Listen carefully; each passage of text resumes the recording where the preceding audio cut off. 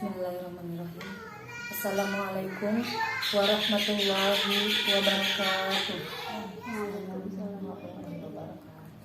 Alhamdulillahirabbil alamin wa bihi nasta'inu ala umuri dunya waddin wassalatu wassalamu ala asrofil anbiya'i wal mursalin amma ba'du. Yang saya hormati Bapak Mizan Syahron MAG, Bapak dosen pengampu mata kuliah ayat dan hadis Tarbawi. Yang sangat saya banggakan rekan-rekan jurusan Prodi PIAUD kelas 3 EIA IBBC. Baiklah, perkenalkan kami dari kelompok 4 yang terdiri dari 4 orang, yaitu ada Ibu Mama, ada Ibu Santi, saya sendiri Siti Lailatun Thayyibah, dan Ibu Nur Laila. Kebetulan kesempatan hari ini mohon maaf tidak bisa hadir karena beliau sedang sakit, mohon maaf tidak bisa hadir. Baiklah, insya Allah dari kelompok 4 akan mempresentasikan materi dasar penyelenggaraan pendidikan. Adapun tentang pembahasannya terkait dalam materi dasar penyelenggaraan pendidikan, diantaranya terdapat dalam 3 surat ya. Yang pertama yaitu Quran Surat Al-An'am ayat 91 dan 92. Yang kedua yaitu Quran Surat Al-Baqarah ayat 97. Dan yang ketiga Surat Al-Imran ayat 7. Baiklah, langsung saja akan saya bacakan pembahasan materinya. Yang pertama, Quran Surat Al-An'am ayat 91. Wa ma qadarullaha haqqa qadrihi idza qalu ma anzalallahu ala basharin min syai'in qul man anzalal kitab alladzi jaa'a bihi Musa nuran wa hudan lin-nasi taj'alunahu qaratisa tubdunaha wa tukhfuna katsira wa ulimtum ma lam ta'lamu antum wala aba'ukum qalillahu samma darhum fi khawdihim yal'abun.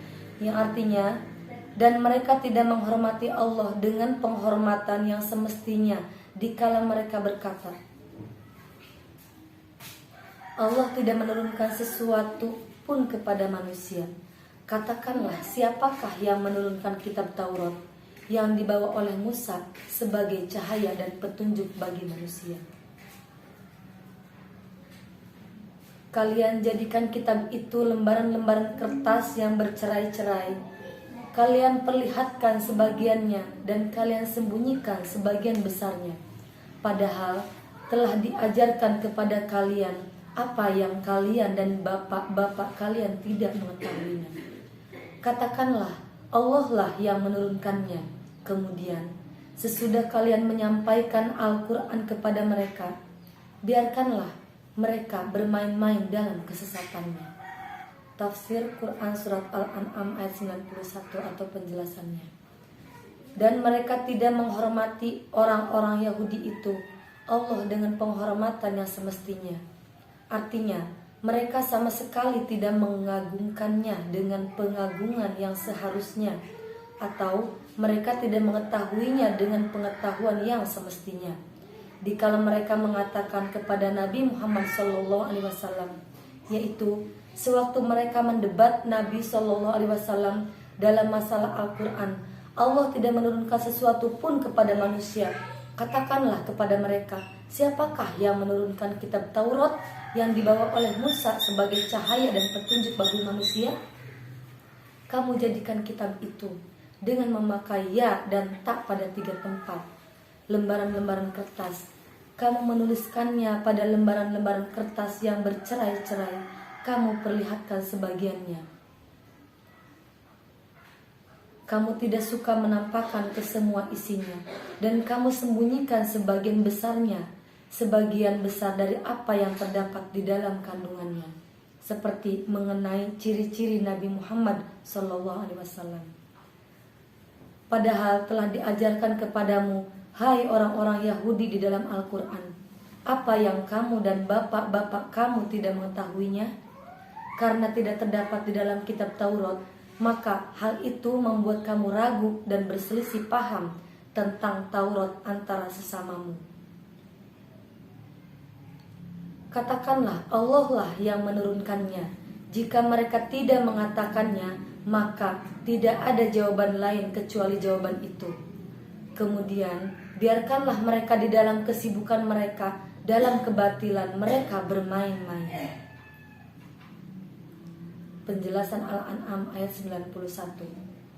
Sekelompok orang Yahudi meski percaya bahwa Allah telah menurunkan kitab Taurat kepada Nabi SAW,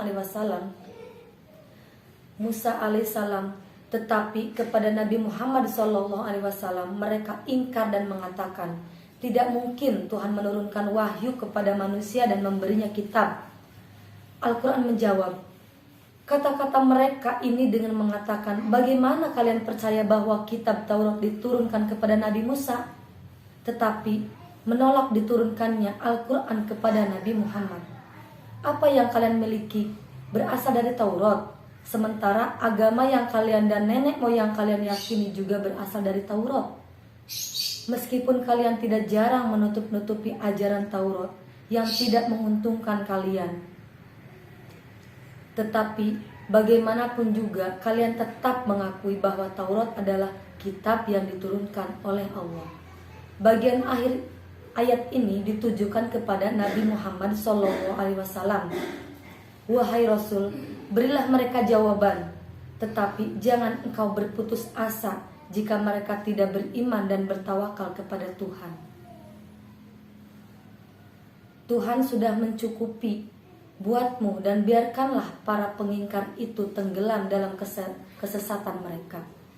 Dari ayat tadi terdapat dua pelajaran yang dapat dipetik, yaitu yang pertama, ingkar terhadap para nabi pada hakikatnya ialah pengingkaran terhadap nikmat ilahi, karena nubuah berlandaskan kepada rahmat dan hikmah Tuhan. Yang kedua, yaitu tanggung jawab para nabi adalah memberikan petunjuk kepada umat dan menyampaikan seruan ilahi, bukan memaksa mereka untuk menerimanya. Orang yang tidak ingin menerimanya harus ditinggalkan. Yang kedua yaitu Quran surat Al-An'am ayat 92. Wa hadza kitabun anzalnahu mubarakum musaddiqul ladzi baina yadayhi wa litunzira ummal qura wa man haulaha walladzina yu'minuna bil akhirati yu'minuna bihi wa hum ala salatihim yuhafizun. Dan ini Al-Quran, kitab yang telah kami turunkan dengan penuh berkah, membenarkan kitab-kitab yang diturunkan sebelumnya, dan agar engkau memberi peringatan kepada penduduk Ummul Qura, yaitu Mekah, dan orang-orang yang ada di sekitarnya. Orang-orang yang beriman kepada kehidupan akhirat tentu beriman kepada Al-Quran dan mereka selalu memelihara sholatnya. Penuh berkah yang berisi tuntunan yang dapat mengantar kepada kebajikan yang melimpah, membenarkan kitab-kitab yang diturunkan sebelumnya seperti Taurat dan Injil, dan agar engkau, hai Nabi Muhammad SAW, memberi peringatan kepada penduduk Ummul Qura, yakni Mekah, dan orang-orang yang ada di sekitarnya yang tidak mempercayainya. Orang-orang yang beriman kepada adanya kehidupan akhirat tentu beriman kepadanya, yaitu Al-Quran, dan mereka selalu memelihara sholatnya dengan tekun dan sungguh-sungguh. Ayat sebelumnya menguraikan bahwa Al-Quran bersumber dari Allah. Ayat ini mengecam orang-orang yang mengaku-ngaku mendapat wahyu dari Allah. Siapakah yang lebih zalim daripada orang-orang yang mengada-ngadakan dusta terhadap Allah, seperti halnya orang-orang Yahudi? Atau siapa yang lebih zalim daripada orang yang berkata telah diwahyukan kepadaku oleh Allah, padahal tidak diwahyukan sesuatu pun kepadanya? Dan siapa pula yang lebih zalim dari orang yang berkata, aku akan menurunkan, yaitu menyampaikan seperti apa yang diturunkan Allah, yaitu Al-Quran yang dipercayai oleh kaum muslim. Tidak ada yang lebih zalim kecuali tiga macam manusia tersebut. Maka wajar kalau mereka mendapat siksa Alangkah ngerinya sekiranya engkau melihat pada waktu orang-orang yang zolim sudah mencapai puncak kezolimannya, berada dalam kesakitan sakaratul maut.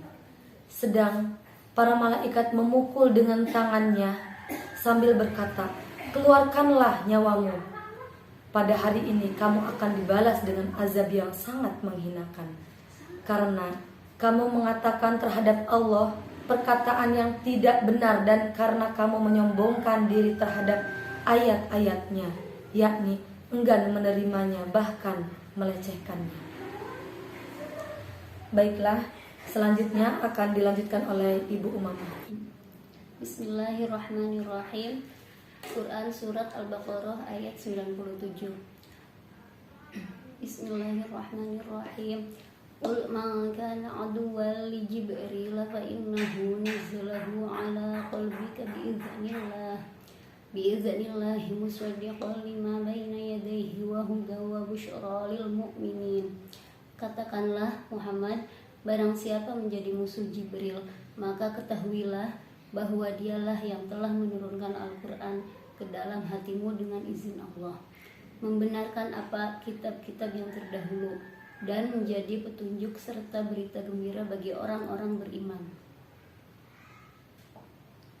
Tafsir Quran Surat Al-Baqarah ayat 97. Katakanlah kepada mereka, barang siapa yang menjadi musuh Jibril, maka silakan ia binasa dengan kebencianmu itu. Maka sesungguhnya Jibril itu menurunkannya, maksudnya Al-Quran, ke dalam hatimu dengan seizin atau perintah Allah, membenarkan apa-apa yang berada di hadapannya, yaitu kitab-kitab suci yang turun sebelumnya, dan menjadi petunjuk dari kesesatan serta berita gembira berupa surga bagi orang-orang yang beriman. Penjelasan Quran Surat Al-Baqarah ayat 97.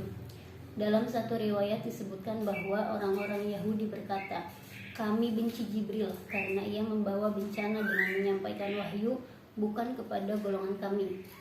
Ia juga membongkar rahasia kami." Menjawab pertanyaan itu, katakanlah, "Wahai Nabi Muhammad, barang siapa menjadi musuh Jibril, maka ketahuilah bahwa dia hanya akan mendapatkan keburukan. Karena sesungguhnya dialah Jibril yang telah menurunkan Al-Quran ke dalam hatimu dengan izin Allah, bukan atas kehendaknya sendiri dan bukan pula atas kehendakmu. Dengan demikian, memusuhi Jibril sama dengan memusuhi Allah. Sungguh aneh kalau kamu memusuhinya, padahal wahyu-wahyu yang disampaikannya membenarkan apa yang terdahulu, yakni kitab-kitab suci termasuk Taurat, dan wahyu-wahyu itu juga menjadi petunjuk serta berita gembira bagi orang-orang beriman." Memusuhi Jibril berarti memusuhi Allah, dan memusuhi Allah berarti memusuhi semua makhluknya yang taat. Bila seseorang memusuhi Allah, maka Allah pun akan memusuhinya dan menjauhkan rahmat darinya. Barang siapa menjadi musuh Allah dengan memusuhi salah satu makhluknya yang taat, atau memusuhi salah satu dari malaikat-malaikatnya, atau salah seorang dari rasul-rasulnya, atau Jibril yang membawa wahyu dan Mikail yang membawa rizki, maka sesungguhnya dia telah kafir dan mengantar dirinya menuju kebinasaan. Sesungguhnya Allah musuh bagi orang-orang kafir. Dua ayat di atas menegaskan dua hal. Pertama, Allah tidak membeda-bedakan para rasul dan malaikatnya. Kepercayaan, ketaatan, dan kecintaan kepada mereka adalah satu paket. Siapapun yang memusuhi mereka atau salah seorang dari mereka, maka ia akan menjadi musuh Allah. Kedua, sanksi kepada pelanggar tidak hanya diterapkan kepada orang Yahudi, tetapi kepada siapa saja yang kafir dan memusuhinya. Selanjutnya akan dibacakan oleh Ibu Santi. Bismillahirrahmanirrahim. 4. Kitab Surat Al-Imran ayat 7. Bismillahirrahmanirrahim. Huwallazi anzala 'alaikal kitaba minhu ayatun muhkamatun hunna umul kitab wa ukharu mutasyabihat. Fa ammal ladzina fi qulubihim zaygun fayattabi'una ma tasyabaha minhu ibtigha'a al-fitnati wa ibtigha'a ta'wilih. wa ma ya'lamu ta'wilahu illallahu warrasihuna fil ilmi yaquluna amanna bihi kullum min indi rabbina wa ma yadhakkaru illa ulul albab. Artinya, dialah yang menurunkan kitab Al-Quran kepadamu Muhammad. Di antaranya ada ayat-ayat yang muhkamat, itulah pokok-pokok kitab Al-Quran, dan yang lain mutasyabihat. Adapun orang-orang yang dalam hatinya condong pada kesesatan, mereka mengikuti yang mutasyabihat untuk mencari-cari fitnah dan untuk mencari-cari takwilnya. Padahal tidak ada yang mengetahui takwilnya kecuali Allah. Dan orang-orang yang ilmunya mendalam berkata, kami beriman kepada Al-Quran, semuanya dari sisi Tuhan kami. Tidak ada yang dapat mengambil pelajaran kecuali orang yang berakal. Tafsir surat Ali Imran ayat 7. Dialah yang menurunkan kepadamu Al-Quran. Di antara isinya ada ayat-ayat yang muhkamat, jelas maksud dan tujuannya. Itulah dia pokok-pokok Al-Quran, yakni yang menjadi pegangan dalam menetapkan, sedangkan yang lainnya mutasyabihat, tidak dimengerti secara jelas maksudnya. Misalnya permulaan surah, semuanya disebut sebagai muhkam, seperti dalam firman-Nya, uhkimat ayatuh, dengan arti tak ada cacat atau celahnya, dan mutasyabiha pada firman-Nya, kitaban mutasyabiha, dengan makna bahwa sebagian menyamai lainnya dalam keindahan dan kebenaran.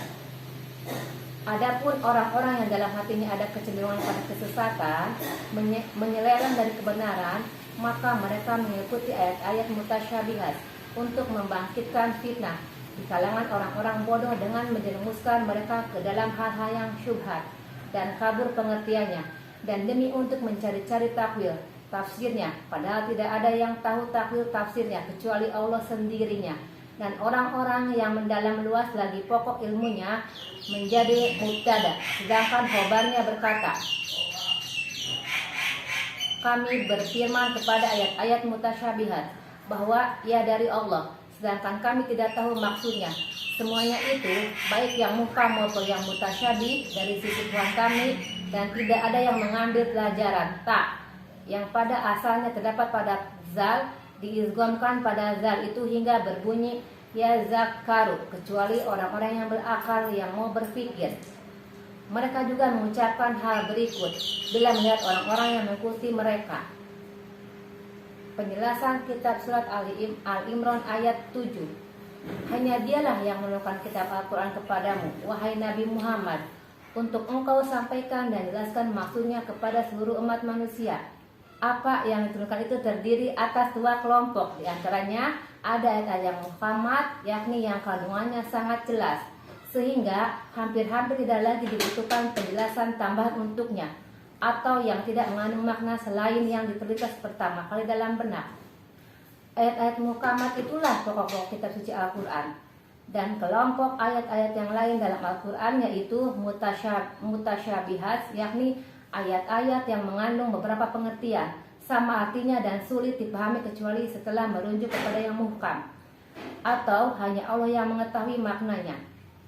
Adapun orang-orang yang dalam hatinya condong pada kesesatan, mereka mengikuti dengan sungguh-sungguh yang mutasyabihat, dengan berpegang teguh kepada ayat-ayat itu semata dan tidak menjadikan ayat-ayat muhkamat sebagai rujukan dalam memahami atau menetapkan artinya. Tujuan mereka melakukan itu adalah untuk mencari-cari fitnah, yakni kekacauan dan kerancuan berpikir serta keraguan di kalangan orang-orang beriman, dan untuk mencari-cari dengan sungguh-sungguh takwilnya yang sejalan dengan kesesatan mereka. Mereka melakukan itu padahal tidak ada yang mengetahui takwilnya kecuali Allah, dan sikap mereka itu bertentangan dengan sikap ar-rasyikoin fal ilm, yakni orang-orang yang ilmunya mendalam dan imannya mantap. Selanjutnya akan dibacakan oleh Ibu Mama. Kepadanya kami persilakan. Bismillahirrahmanirrahim.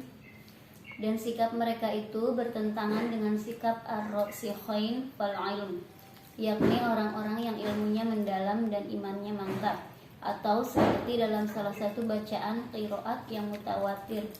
Takwil ayat-ayat mutasyabihat itu juga dapat diketahui oleh ar-rasyikhain fal ilm, Dengan demikian, ayat-ayat mutasyabihat itu diturunkan untuk memotivasi para ulama agar giat melakukan studi, menalar, berpikir, teliti dalam berijtihad dan memotivasi dan menangkap pesan-pesan agama. Orang-orang yang mendalam ilmunya dan mantap imannya itu berkata, kami beriman kepadanya, yakni Al-Quran, semuanya, yakni yang mutasyabihat dan muhkamat, berasal dari sisi Tuhan kami. Tidak ada yang dapat mengambil pelajaran dan memahami maknanya dengan baik dan benar kecuali orang yang berakal, yaitu orang-orang yang memiliki akal sehat yang tidak mengikuti keinginan hawa nafsu. Menggunakan akal semata akan membuat seorang mudah tergelincir. Oleh karenanya, orang-orang yang mendalam ilmunya dan mantap imannya selalu berdoa, ya Tuhan kami, janganlah Engkau condongkan hati kami kepada kesesatan, sebagaimana halnya mereka yang mencari-cari takwil ayat-ayat mutasyabih untuk menimbulkan keraguan.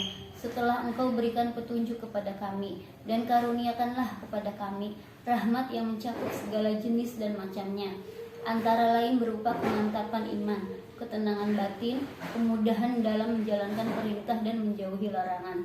Rahmat itu bersumber dan langsung dari sisimu, turun secara berkesinambungan dan tanpa mengharap imbalan apapun, sebab sesungguhnya Engkau Maha Pemberi.